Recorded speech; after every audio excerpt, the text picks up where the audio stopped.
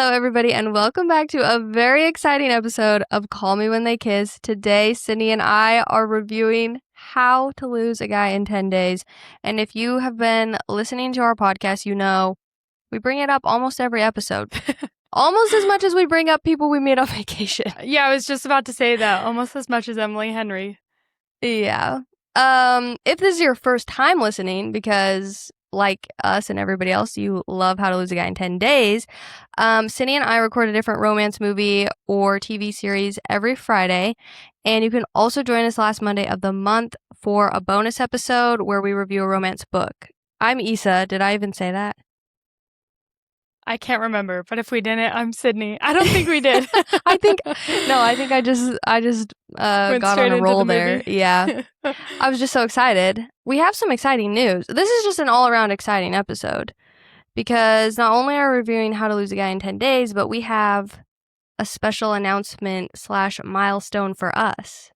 Sydney, do you want to tell the people about it? This month, our bonus book episode is extra special because Issa and I will have our very first author guest.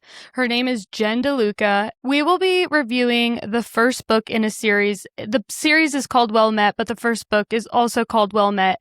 It's an enemies to lovers romance book that takes place in a small town Renaissance fair. And you know how much Issa and I love enemies to lovers. Mm-hmm. Although this is like contemporary enemies to lovers. No, but I bet the Ren Fair like plays into it. Like, oh, that's true. Kind of role playing, you know? Yeah, we're super excited to have her on and read this book. And you should read along with us, of course. Do you have anything to add to that? The only thing I would add is, so like she said, the first book is Well Met. There's 4 books out now, and her 5th book in the series is coming out September 22nd, I believe. I know it's September. I need to double check the release date. I think what we've gathered is it's a series, but it's more like they're interconnected. We'll see how many we can squeeze in this month before we actually interview her. They seem like fun, lighthearted romance books. And if it does matter to you, it says there are a couple steamy scenes. It is an adult romance book, if that makes or breaks your romance reading experience. That episode with our interview with Jen DeLuca, that will come out the last Monday of August, which is August 31st. So the very last day of August.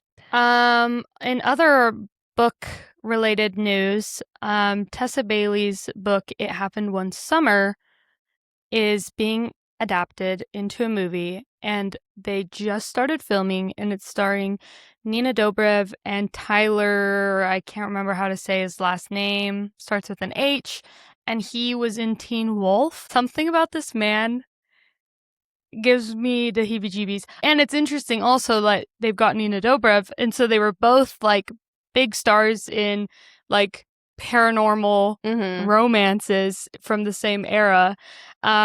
So it's really interesting to see, like, how a lot of these newer adaptations are either, like, casting new people or they're kind of trying to capitalize off our nostalgia. And they're casting, like, people that we're familiar with and are excited to, like, see again that we haven't seen in a while. Do you have a preference, like, what would you prefer? Bring back people that you used to love or bring new faces? I think it depends. I like a little bit of both. Like Logan Lerman, didn't he just get he's in the 13 going on 30 reboot? Yeah. Like, I'm excited about that one because we've been dying for a Logan Lerman rom-com, you know? So, but sometimes you see the announcements and you're like, I just remember Jared Padalecki's going to be in that Catherine Center one. The Bodyguard. Okay, see, I was excited about that one too. Yeah, and he's with Leighton Meester, who played Blair in Gossip Girl. So that one is definitely like the same casting vibe as It Happened One Summer. Other adaptation news, Beach Read wrapped filming. I saw that you liked the post. We are such big fans. Yeah. We love this adaptation of Beach Read, and we are so excited. We can't wait to interview the cast. Oh, we've never doubted any part of the process at all. Okay, no, but to be real, I'm just like actually I still just get so sad. But you know what? I really am trying to keep an open mind. I don't want it to fail. Do you know what I mean? Right. Like, No, I I agree. really hope that he grows on me and that he nails the role and that they convert me, because I want everyone to see this story and appreciate it the way we did, you know? Well, that's the problem. Even if the movie is fine and good, even, I'm just never going to be thirsting over an edit of Patrick Schwarzenegger. That's so true. And I just really was looking forward to some good Gus edits. Oof, yeah. So I'm mourning the loss of those edits, but I have hope that the movie could still be good. We still have Charlie and we still have Win. Yes, I'm Win holding arms up baby Connor. Oof, yeah. I just don't find him attractive. And some people are like, that's not a good enough reason. And I'm like, no, sorry. This is a rom-com. Like, hotness does matter. There's no way around it. And people will like try to argue and they'll be like, guys, like he is literally conventionally attractive. I'm like, that doesn't matter. He's not hot though. I'm not saying he's ugly. He's just not hot. Like you just dropped some crazy wisdom there. Conventionally attractive does not equal hot. Yeah, that's why we can find ugly guys super sexy. Yeah, exactly. Like, it doesn't have actually anything to do with like literal attractiveness. Mm-hmm. So, I don't know. Should we dive into How to Lose a Guy in 10 Days? We shall. I don't Where do think we even need begin? to do a synopsis on this one. Guys, if you don't know this movie, what have you been doing for the past 20 years? Yeah, literally. Yeah, where do we begin? I have a question. Yes. Sydney, why do you think... What are all the secret ingredients in this movie that has made it the one we bring up over and over again and compare every other rom-com to? Well, it's very interesting that you asked that question, actually, because as I was watching it, I'm like, dang, we're like an hour and 10 minutes into this movie, and they've just been playing pretend so far. Like, it's just shenanigans, the majority of the movie. So at that point, I was like, why do I rank this so high? Like, we're always talking about, like, how romantic is the movie and how blah, blah, blah, blah, blah, you know? And so at that point in the movie, I was like, I just didn't remember that it was just so much, like, nonsense and they're acting crazy this whole movie. But then when she goes to visit his family, like,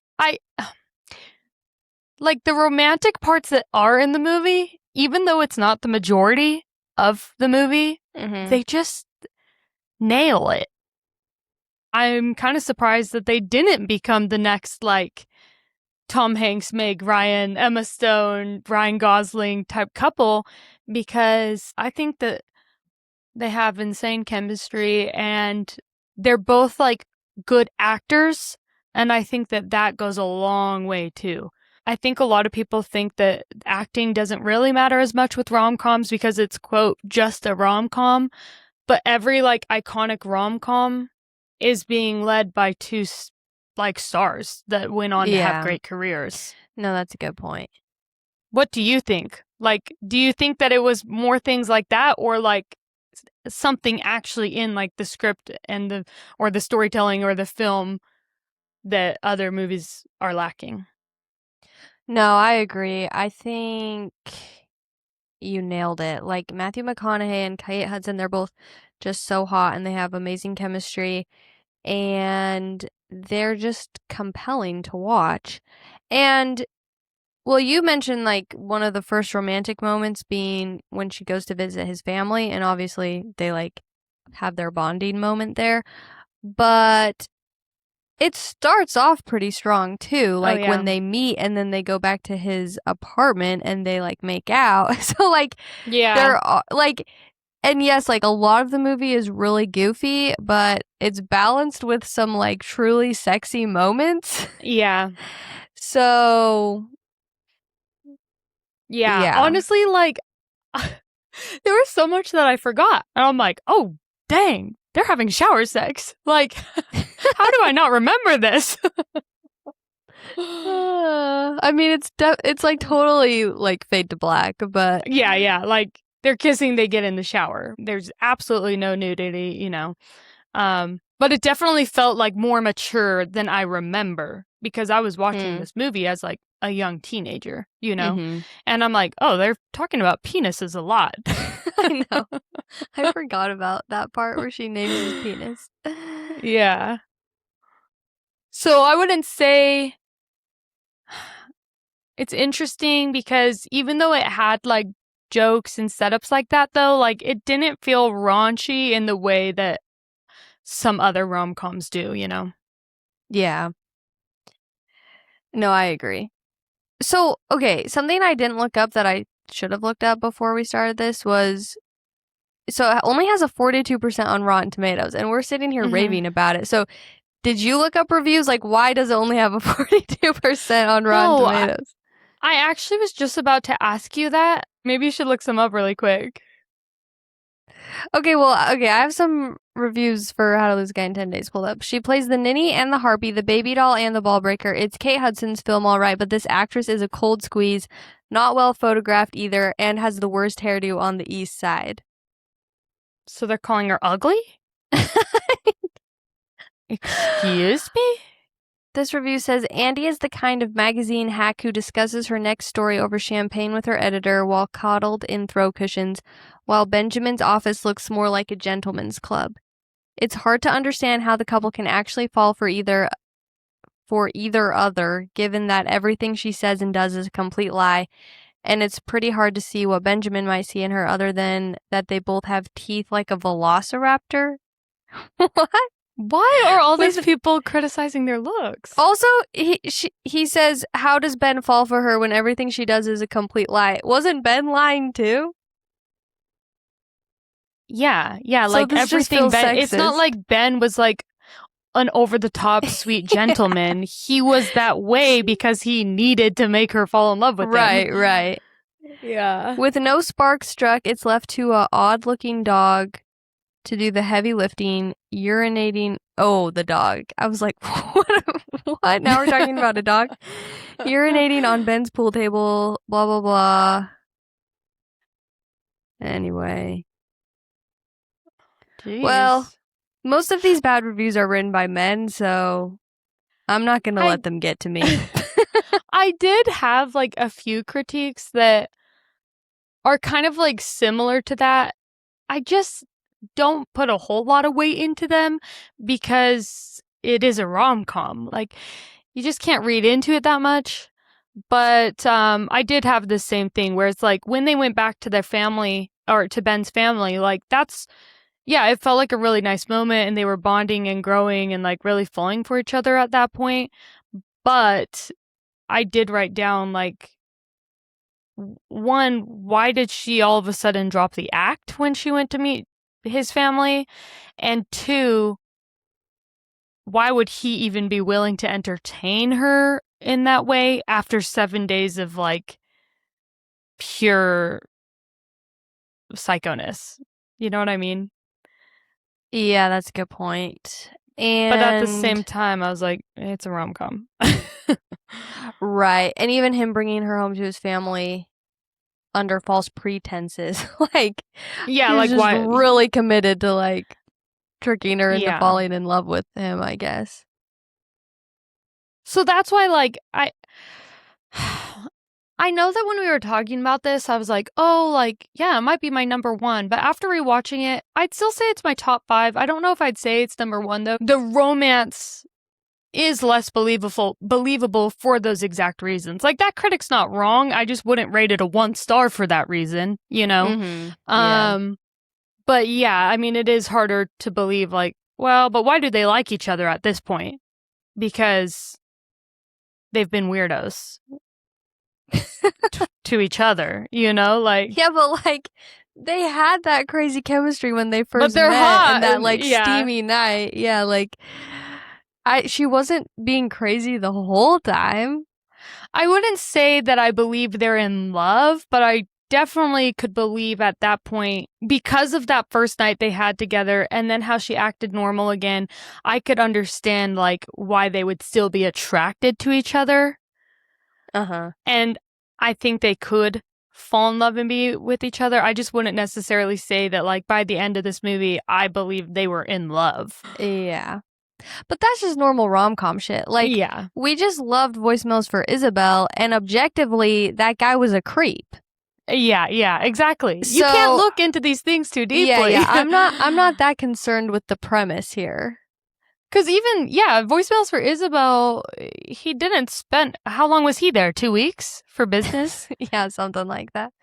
So, yeah, like, we watched some where they fall in love in 24 hours before sunrise. So what I'm hearing is we're less concerned with the premise and more concerned with, did we laugh and was it sexy? Yeah. Was it sexy? Did it still have some romantic swoony moments? Were the actors good actors and was there chemistry? That's probably all it comes down to. One of the other reviews I just skimmed, the guy, again, a man, he started it out with, I'm not a fan of romantic comedies. At that point, I can stop reading the review. It's like, Then I don't okay. care what you have to say. Yeah. Anyway. Just really quick, when we were talking about the shower sex, and with my critique that I was like, why would he even, like, he was so quick to forget, like, how bizarre she'd been acting all week. Yeah. And I wrote, I guess that's what good sex can do. Yeah. That he's like, I think I can look past this. When she acts normal and exactly what you said, they have good chemistry, you can look past some things. Well, yeah, and it's almost like a toxic relationship. Like, Yeah. he's like, she's crazy, but I kind of like it. Yeah. And when she's good and hot and fun, like, it's really good. Yeah, it just made me question, like, how much men value, like, attractiveness and, like, chemistry Yeah. and things like that, because, I don't know, I feel like I would have given up after night one, you know? So, Yeah, or imagine a man acting that way to a woman. yeah. I'd be so freaked out. Okay, what was your critique? Well, I don't even know if this would be if critique's the right word. It kind of feels like a product of the time, like the early 2000s, but I just could not get over the fact that she works for Composure magazine, which I think we're meant to think of as like cosmopolitan type magazine.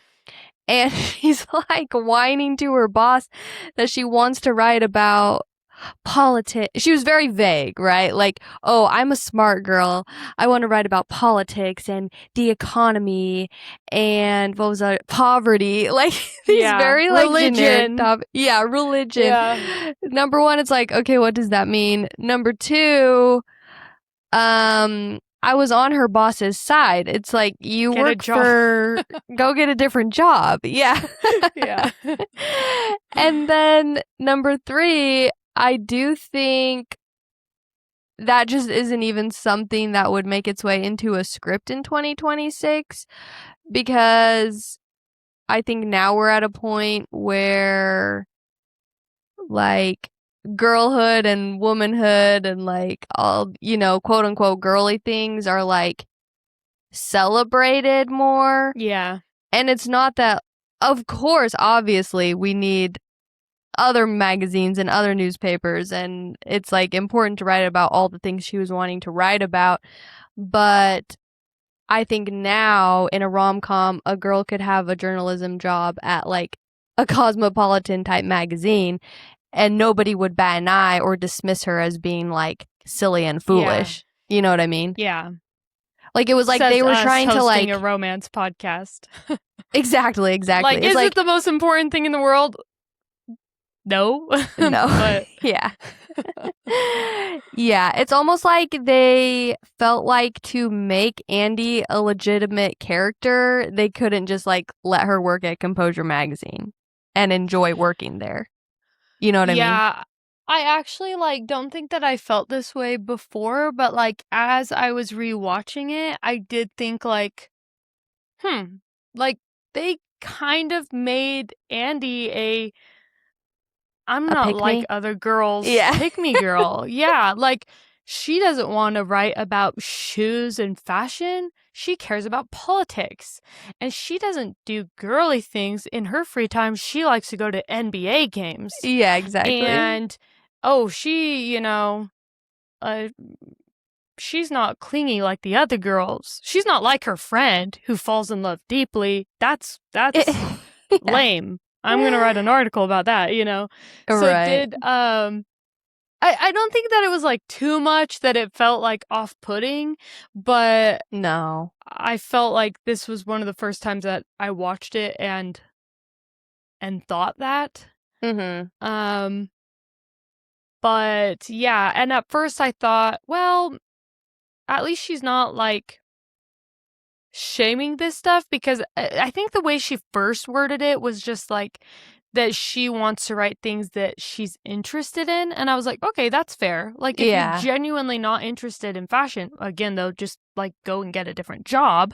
But it was like more worded in a way of like, it's not that like, these other girls here are lame for wanting to write this. I'm just not interested in it. But Mhm. then as it went on, there were like other comments that were made that I was like, oh, no. Because she's like, I don't want to be remembered just as like the how-to girl or whatever. Like as Yeah. if that's not good enough.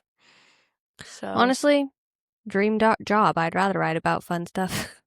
yeah. It's almost a plot hole because it's like, go get a different job. Like, it just doesn't Yeah, really make exactly. sense. So now that we're talking about it, like I understand the criticisms for like the overall story. I get it. I just don't care. Yeah. I still think I mean, we'll talk about it later on, but it still might be my number one. Do you think, I haven't like really pondered this myself even, but like this one was pretty 50-50, I'd say, between like Ben and Andie Mm-hmm. and their two storylines. Like they both shared the screen pretty equally, I'd say. Mm-hmm. And there's some that we've watched that have been like very like female centered. Like I'd say How to Lose a Guy. No, oh my gosh. I'd say 10 things I hate about you. No, not even Oh. People We Meet on Vacation. Was like hardly Alex's story at all. Mm-hmm. And but other movies like When Harry Met Sally, I'd say again kind of went back to this sort of like it's like a combined story. Do you have a preference? Oh, and then there's somewhere like it's male centered, like Mm-hmm. Crazy Stupid Love. Do you have a preference, and do you think that impacts the overall like long-term, I wrote commercial success, but it's not even just like the money that it makes, but like the legacy of it. Do you think that like it needs to be more male and female focused to like reach a larger audience and get that sort of like long-term like iconic status? Do you think it affects that? And do you have a preference, I guess, to sum up my jumbled thoughts? I definitely have a preference. As we've been watching movies for the podcast, I don't like the male focused ones as much. Mm-hmm. I still like them. Like, I still liked Crazy Stupid Love, but it's not one of my favorites. Yeah. I think I prefer the 50-50. I think that works best for the romance, like selling you on the romance. Like when you get to know both characters, then you like have a soft spot for both of them. That makes me more convinced of the romance, I think.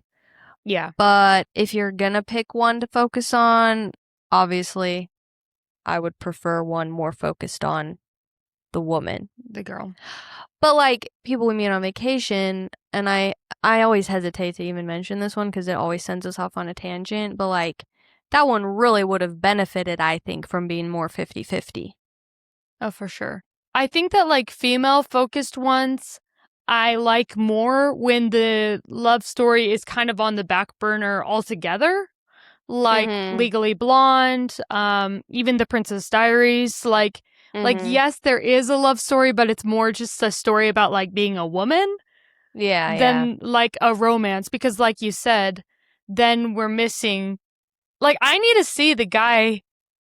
What's he saying to his friends when she's not around? Right. Is he head over heels with her? Yeah. Like, what's going on in his life and how he's acting? Like, I like to see that too. Which is kind of funny because I don't love dual POV books, though. Yeah, like Emily Henry, she somehow does a good job of like, it feels like a romance, but it's still focused on the woman. Yeah. In the books.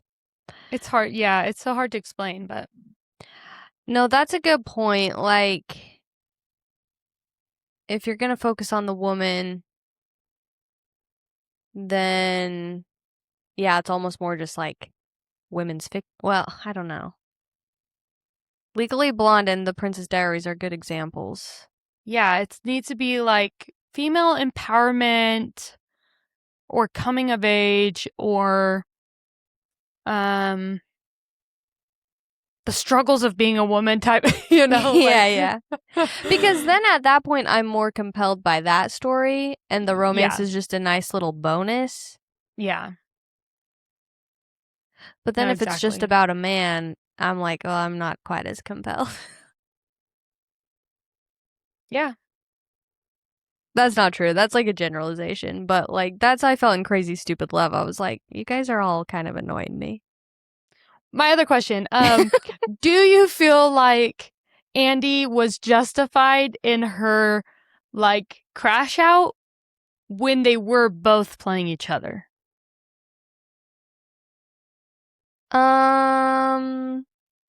That's something I was gonna ask you. Like, who do you think was worse? Like, which side of the bet was worse? Was her crash out justified? I mean, this is what I think happened. I think she crashed out. Well, this is what happened, actually. It's canon. I don't think. It is what happened. She crashed out, and then the next day she sat down and wrote her article with a clearer head and was like, I lost the best thing that's ever happened to me. Like, I made all these mistakes. And so, I think two things can be true. Like, she's allowed to be mad and upset, but she also was lying and making mistakes. I think they're both valid to be mad at each other. And I think that's why I don't have a problem with them coming back together. You know, sometimes in a rom-com, one person makes a mistake and then you're not rooting for the couple as much anymore. I think that's why this one works, because they're both playing each other and they get mad, but they're like, oh yeah, but I was doing it too. And then they live happily ever after. But what do you think? I feel like she was almost more in the wrong, and I hate to say that, but like she went to her boss and said, I don't want to do this. And her boss said, you have to. And she was like, okay, fine, for a job she didn't even care about. And Ben, like from his side, like he genuinely was falling for her, and he was doing nothing but like treating her well. And so like it was deceitful at first, but then it became genuine, and he bought them the basketball tickets for day 13. So it was like very clear that he was like it's a bonus that I get this promotion at work, but I'm seeing this through past this date where like hers was like, I need to end this in order to write my article. Like, I'm going to ruin this relationship so that I can write my article. Do you know what I mean?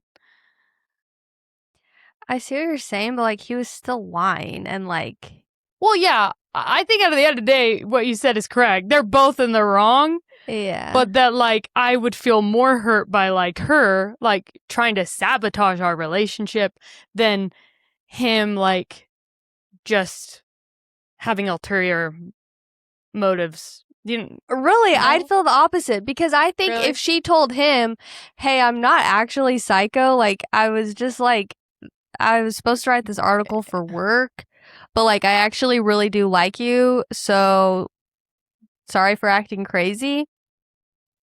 He'd probably be relieved and be like, "Oh, thank God you're not actually crazy." But if he That's was true. like, "Oh, I've just been using you to get a promotion at work," Yeah. that sounds No, crazy. That's a really good point because, like, it's very easy. It would be very easy to prove that, like, she had a fake persona. But, like, with him treating her well, how do you ever, like, figure out what's reality and what's not? Yeah, exactly. Like, it And would like, only take a few days to be like, oh, yeah, she's not crazy versus, like, well, how do I know you're telling the truth now? You know? yeah. And Yeah, he was that's a good being point. nice to her face, and then she'd turn her back, and he'd be like, "Oh my gosh, she's crazy." That's true. Yeah. So it's like he was being fake. Yeah. There was something else I was gonna say. What was I gonna say? Oh, going back to you were like she doesn't even care about this job that much. But yeah, I would never do that much for a job. Also, it seems like it would be so easy to like make up some Make it stories up. for this article. Like, Yeah. I think she'd like done enough and that she could just kind of like make up the ending. Yeah. You know what I mean? No, I definitely wouldn't like actually sabotage this relationship for an article. After I went to Yeah. my boss and she said I had to, I'd go to him and be like, look, I was doing this, but I really like you. I don't want to do this, but my boss is making me write the article. Like, let's write this together. Like, tell me what you would do, Yeah. how you'd react, and we'd like Yeah. collab, you know? Yeah. So, yeah, there were definitely some odd choices being made throughout this, but yeah. Yeah.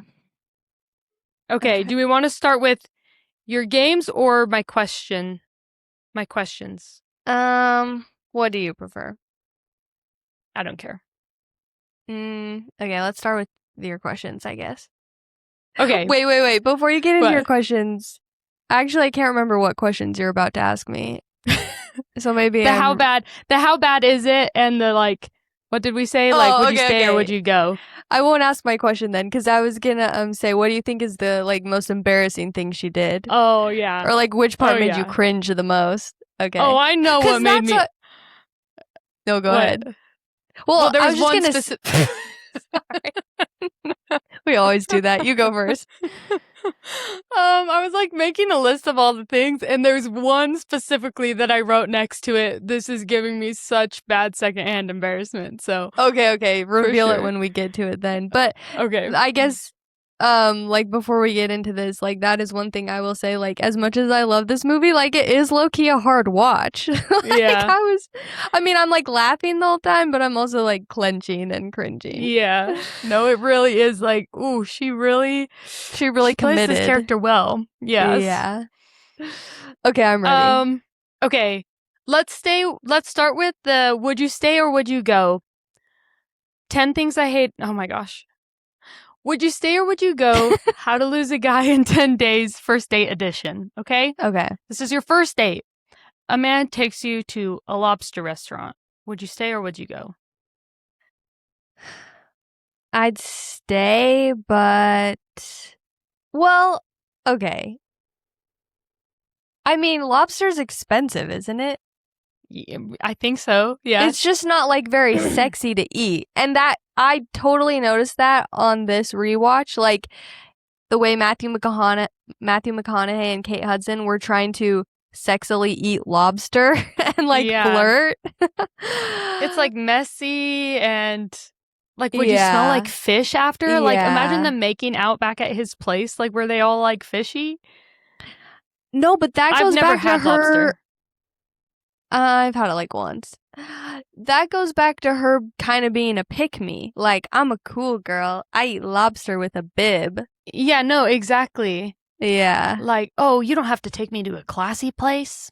Yeah, I'll put my yeah. bib on. Yeah, no. It didn't look like fancy 5-star restaurant lobster. Yeah, it wasn't. That's a good point. It didn't seem like fancy lobster. I mean, it still had to have been like expensive though. I Yeah. don't know.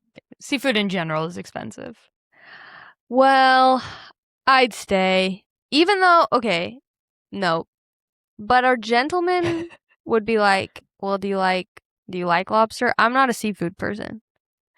It was definitely So- giving he picked the location. Yeah, yeah. And I'm making assumptions, but yeah, like that wouldn't be where I would have chose. I'd stay, but I'd be like, well, if there was a second date, I'd be like, I must confess to you that I don't like seafood. Okay. Okay. So you go back to his place and he lights candles and plays It's Getting Hot in Here. Would you stay or would you go? To be fair, he does turn it off Okay, before she but comes out of the bathroom. he turns it off because he's like, wait, no, this isn't a hookup. I need to make her fall in love. Which Mhm. implies that if this were just like a casual one-night hookup, that he would go back and put on It's Getting Hot in Here, which is insane to me. Well, maybe in 2003. What would be the equivalent today? Yeah, what would be the equivalent? I don't even know.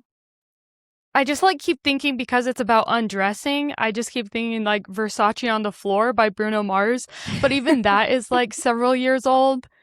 I guess I don't really listen to a lot of like Let's Get Naked songs. I know, neither do I. I literally have no idea.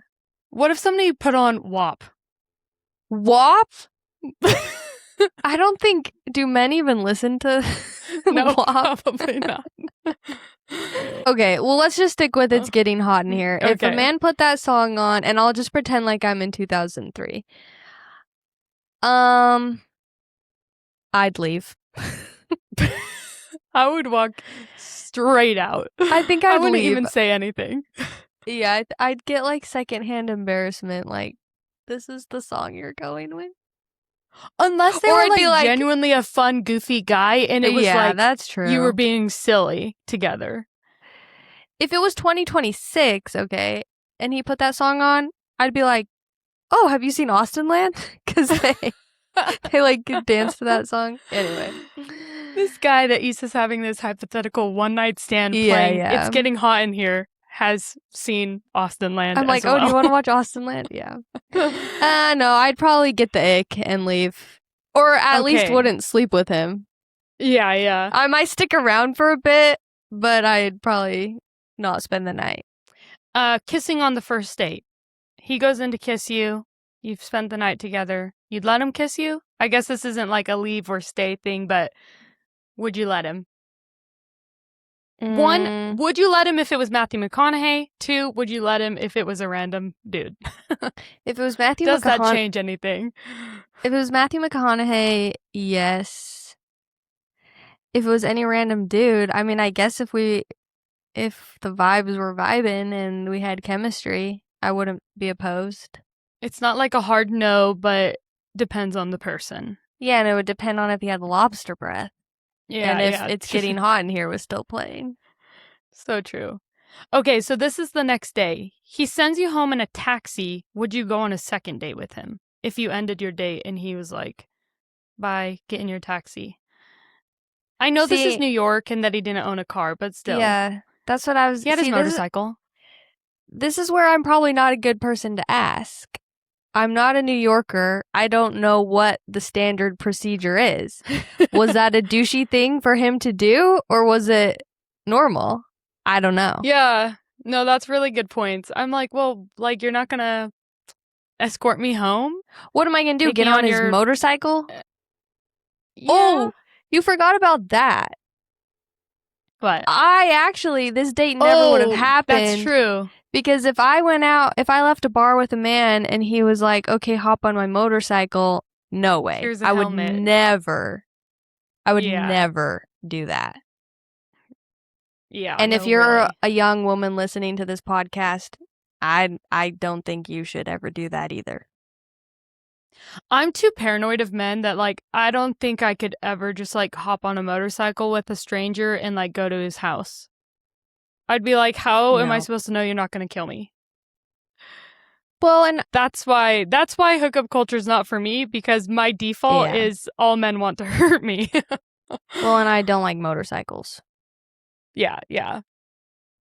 Okay, the last one. He calls you up the next day and practically begs you for one of your basketball tickets. Pathetic. Second date, or be like, dude, you can't just ask me for my ticket. See, but I think Andie's different because she loves basketball. So to her, like, going to a basketball game with a hot guy sounds fun. How would I feel?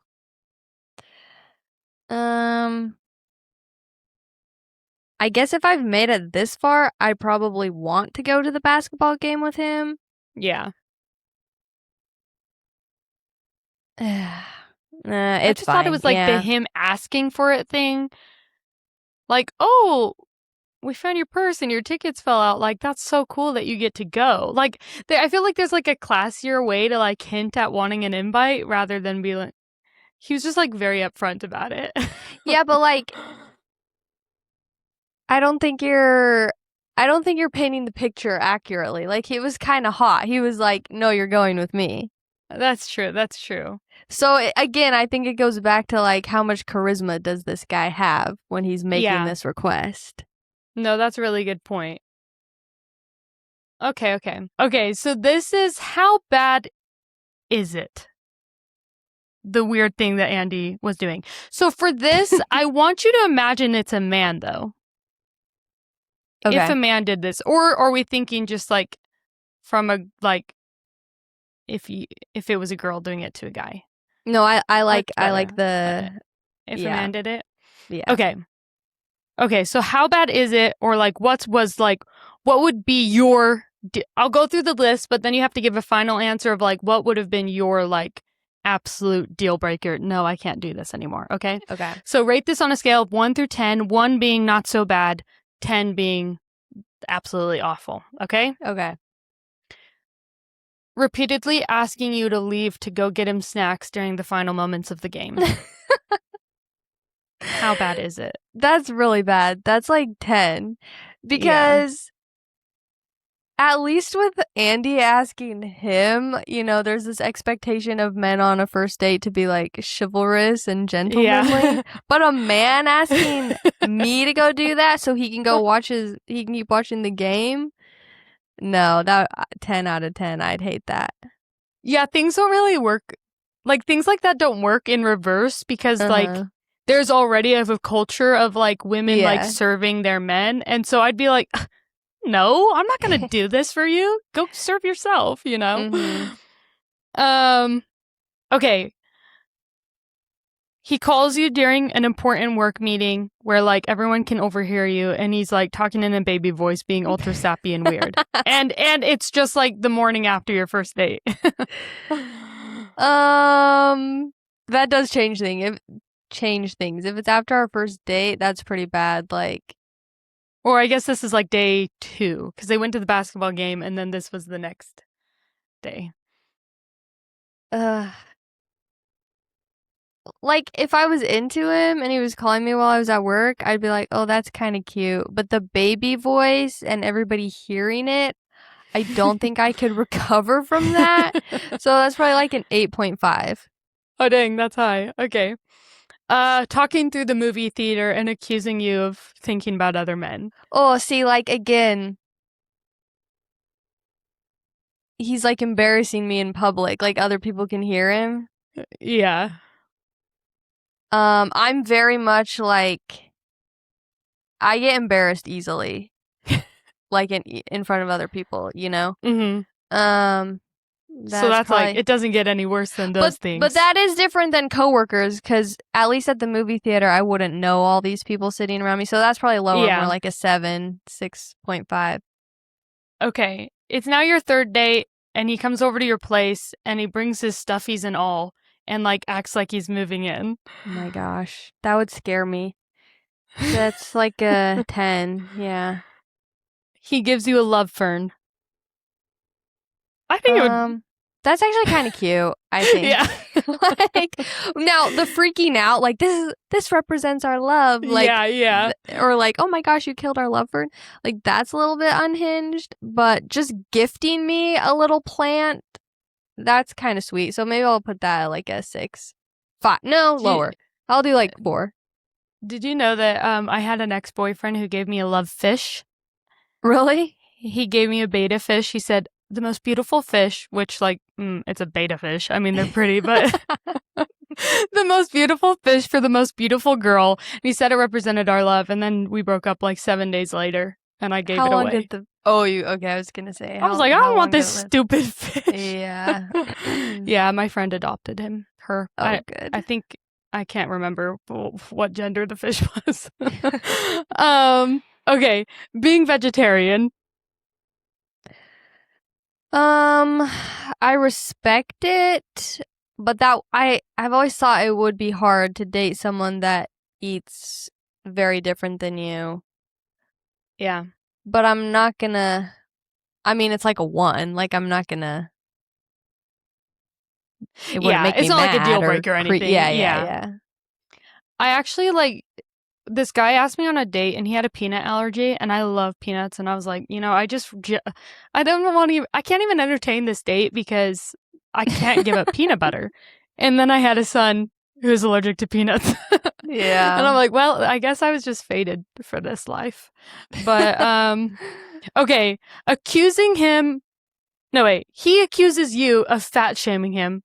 But again, this is in public. So again, I'm being embarrassed. Yeah. Like 8. Okay. He names your boobs Princess Sophia. Or I guess it would have to be the opposite. So like he names your boobs Prince Philip. Prince Philip. Ew, that's worse. They need like a girly name. I guess that's exactly how he felt. He's like, no, you gotta name my penis something manly. And I feel the same way about my boobs. I'm like, they need a cute girly name. So I think that it's weirder that they both have the same name. Like they can't one be Prince Philip. Yeah, right. So would he give them 2 names? Prince Philip and King Charles. He's like Tweedledee and Tweedledum. Again, that's something that like potentially could be funny when you've been like dating for like 6 months, but yeah.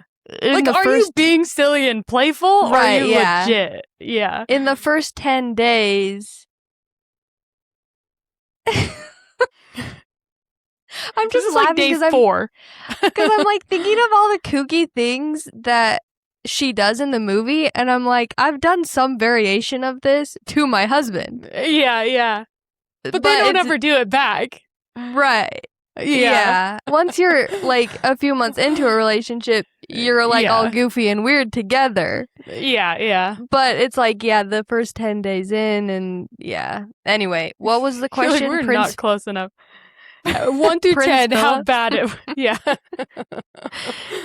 If he named my boobs Prince Philip and King Charles in the first 10 days of us meeting, that is... Like, he's, like, trying to make love with you for the first time, and he's like, ooh, let's get these guys out. Okay, Prince that's 10 out of 10. That's 10 out of 10. This was the scene that gave me the most secondhand embarrassment. When you put it that way.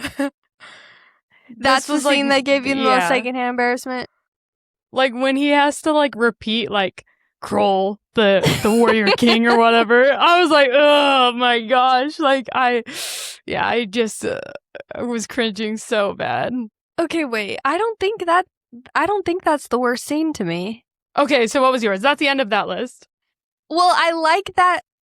That scene is funny because when he says Kroll, like, she almost, like, breaks character and is kind of laughing, like, what did you just say? Yeah. So, that's the thing, like, they act so well even these weird scenes, like, it's just, it works because they are just so funny, you know? Yeah, Like, they're so committed. They just sell it. like when he suggested couples therapy, he literally looked like he was gonna vomit, just like spitting out the words like, Yeah. what about couples therapy? Like it looked painful to him, you know? Yeah. So what was your most embarrassing then?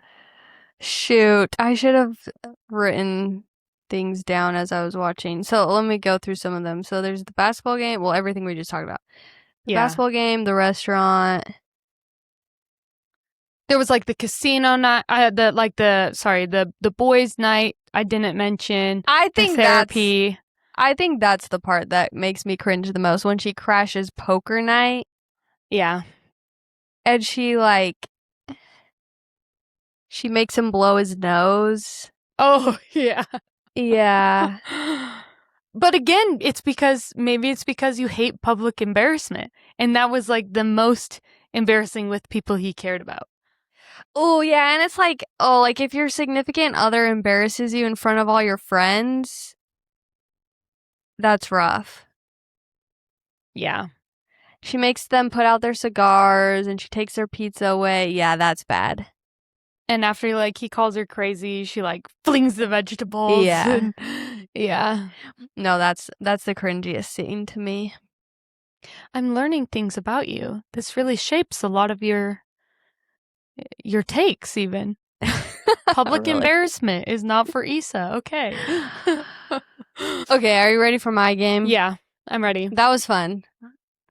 Okay, so like we've said, How to Lose a Guy in 10 Days, it gets brought up on this podcast a lot. There's been some debate tonight as to how high it ranks in our list of favorite rom-coms. So we're going to see which movies it stands up against. Okay, Sydney? So Okay. I tried to do this in a specific order based on like which movies I know you like. So I think I'm going to go like the movies progressively. Least. I can't talk. Yeah, I'm starting with movies I know you don't like that much, and then it's going to get better and better. Okay. And if How to Lose a Guy in 10 Days stands up against all these rom-coms, I also threw in some of your favorite romances. Non-rom-com, but just romances. And by some, I mean 2. There's only 2 on here. So wait, like if I choose another one, does the game stop, or are you going to keep going? No, we'll just keep going and we'll see which one wins. Okay. Okay? Sorry, you guys, I know I did a bad job explaining that, but it'll make sense as we start. Okay. How to Lose a Guy in 10 Days versus Notting Hill. Oh, definitely How to Lose a Guy in 10 Days. How to Lose a Guy in 10 Days or When Harry Met Sally. Oh wow, I didn't expect to get stumped so fast. It's not a hard choice, but the more rom-coms I watch, the more I appreciate When Harry Met Sally. Mm-hmm. But it goes back to the conversation we always have, which is like the one scene just really screws it all up. So it's really, if that wasn't there, it might be harder. But no, still How to Lose a Guy in 10 Days. How to Lose a Guy in 10 Days or Crazy Stupid Love. As a romantic comedy, How to Lose a Guy in 10 Days. But Crazy Stupid Love, like, cracks me up. Okay, fair. But I'm still going to choose How to Lose a Guy in 10 Days. Far more romantic. Okay. How to Lose a Guy in 10 Days or 13 Going on 30? How to Lose a Guy in 10 Days. How to Lose a Guy in 10 Days or 10 Things I Hate About You. Okay, this is actually the one I was, like, pondering maybe the most. And now that I've recently rewatched both, and this is maybe the first time that I've watched them close together and can like truly compare it. And I think I might actually prefer 10 Things I Hate About You. Oh, wow. Okay. But you know why? Why? Because I guess Kat can technically be seen as a pick-me too. Like, she also is, like, not like other girls, but she's not like other girls in, like, a really empowering way where, like, she wasn't getting bonus points for being that way. It was, like, Well, working yeah. against her. A Whereas, pick-me like, is male-centered. yeah. Kat is not male-centered.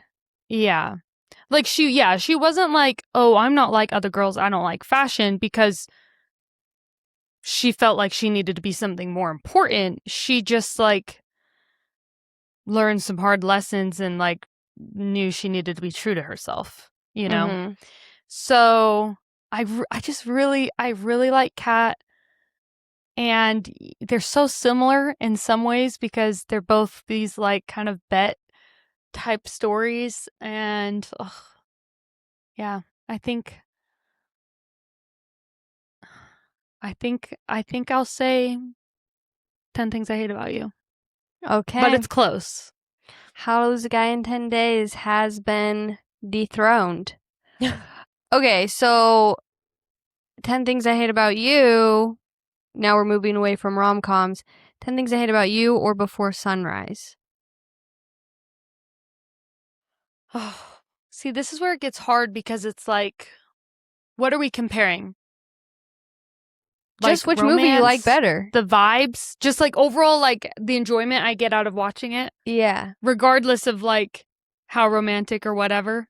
Yeah.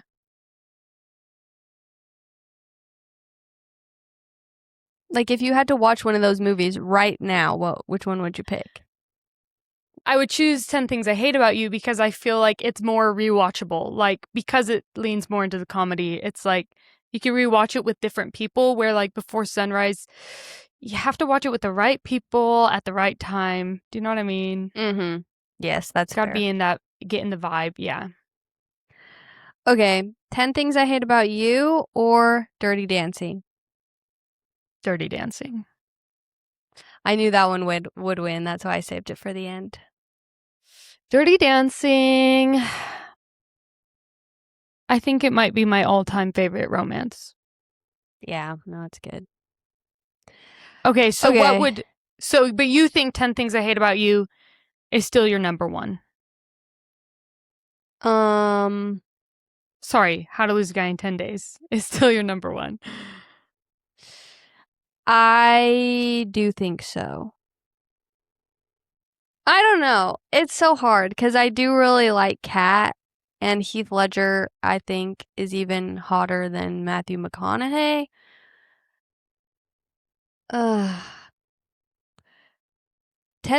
Something about me, and this is gonna make me sound really lame, but I do think the crudeness of a movie does really impact how I feel about it. And Yeah. like 10 Things I Hate About You is just slightly cruder than How to Lose a Guy in 10 Days. Yeah. So I just feel more nostalgic about How to Lose a Guy in 10 Days.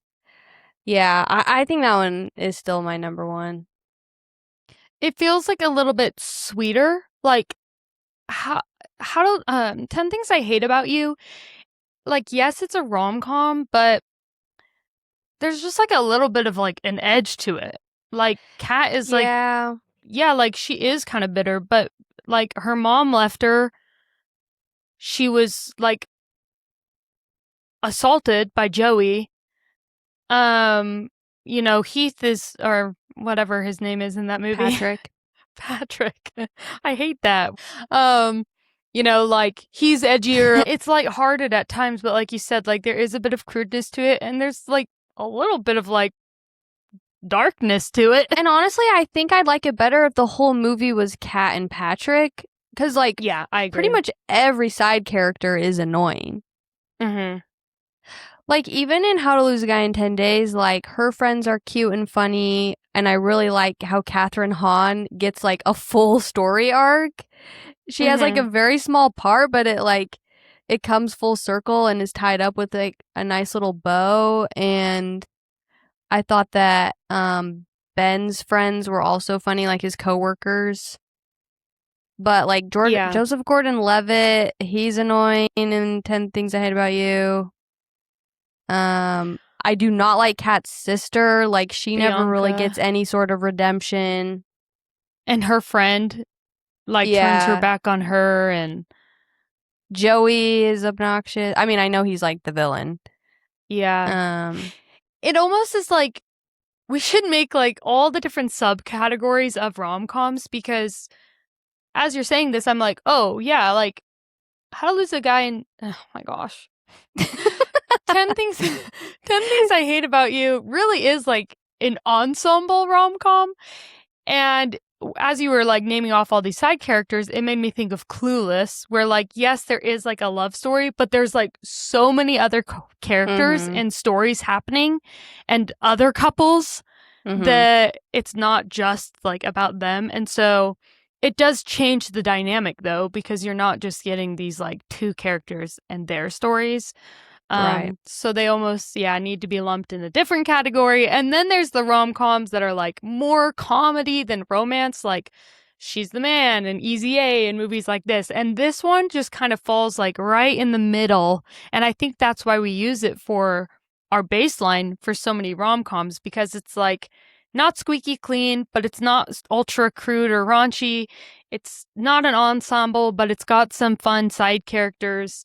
It's got that kind of balance of like silliness, but romance and realness, like it just feels like it fits like right in the middle of this like spectrum of romances or romantic comedies. Yeah, I think it definitely deserves its status. Yeah, I think you just summed up everything very beautifully, and we could probably just end the podcast right there. But I do have one final question for you. Okay. So, this is I've decided, okay, if we're not going to say fuck, marry, kill, if if we're going to do kiss, marry, kill instead, then I actually think what we should do is what they do on Love Island UK. They call it Shag? Snog. Huh? Oh, I thought you were going to say shag. No, they play Snog, marry, pie. Oh, okay. So it's cleaner and less violent.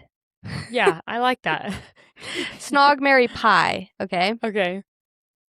Sydney, Snog, marry, pie. Matthew McConaughey. For some reason, every time. So Sydney can't keep straight How to Lose a Guy in 10 Days and 10 Things I Hate About You. I cannot choke out McConaughey. Like, I've literally stumbled over it every time I've said it. Matthew McConaughey.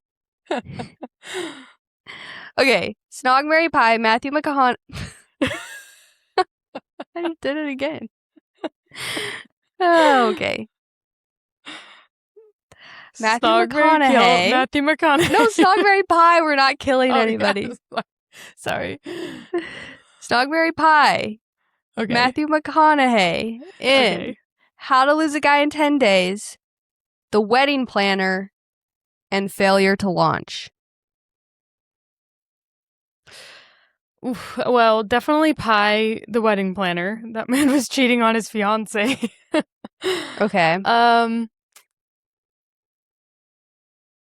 Kiss. You mean Snog? Kiss. Oh, Snog. Failure to Launch. Marry. How to Lose a Guy in 10 Days. That's exactly what I thought you would say. Sometimes our Snog, marry, pies are juicy, and sometimes it's like, man, there's only really one right answer. Okay, I have a Snog, marry, pie for you. Okay.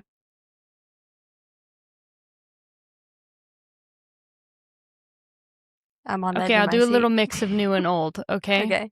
Okay. Snog, marry, pie. Nick Robinson. Okay. Matthew McConaughey.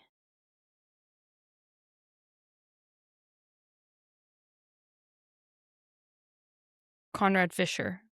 Christopher Briney.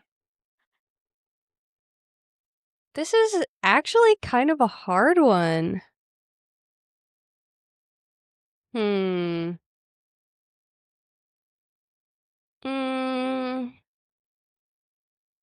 Snog, Conrad, Fisher. Mary. Oh, this is tough. Do I have to pie Conrad? I just feel like that's such a betrayal to my past self of 9 months ago. Like I miss that girl. I miss who I was this time That's probably last the last year. time you were a hardcore fangirl. No, literally, I was. Yeah. Oh man, that feels like such a betrayal. But like, how could you pass up like snogging Matthew McConaughey? No, I'll pass it up. Snog Conrad, marry Nick Robinson, and pie Matthew McConaughey. Sorry, Matthew McConaughey. Okay, well, that was How to Lose a Guy in 10 Days. And I just did the biggest yawn of my life. it's our bedtime, so That means we'll wrap it's time this to up. end.